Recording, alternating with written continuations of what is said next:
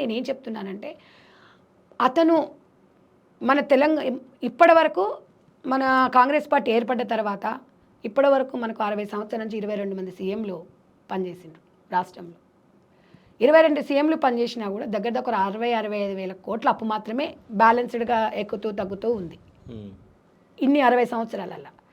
కేవలం ఒక్క కేసీఆర్ గారు వచ్చిన తర్వాత 10 సంవత్సరాలలో 8 లక్షల కోట్ల అప్పులు జరిగాయి.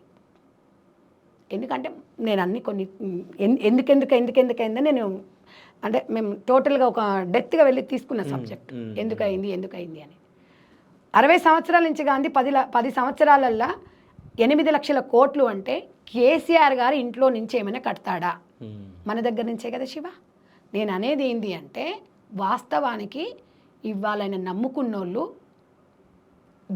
బిచ్చగాలం చేసిండు. ఎందుకు అంటే నా తెలంగాణ మీరున్నారా 100%.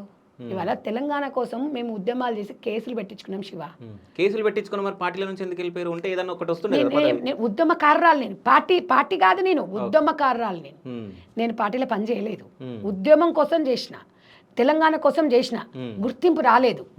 నేను అన్నది ఏంటంటే ఆయన తెలంగాణ వస్తుంది నాకు ఎమ్మెల్యే పదవి ఇస్తాడో లేకపోతే ఇంకేదైనా ఎమ్మెల్సీ ఇస్తాడని చేయలేదు. మమ్మల్ని గుర్తింపు లేదంటున్నా నేను.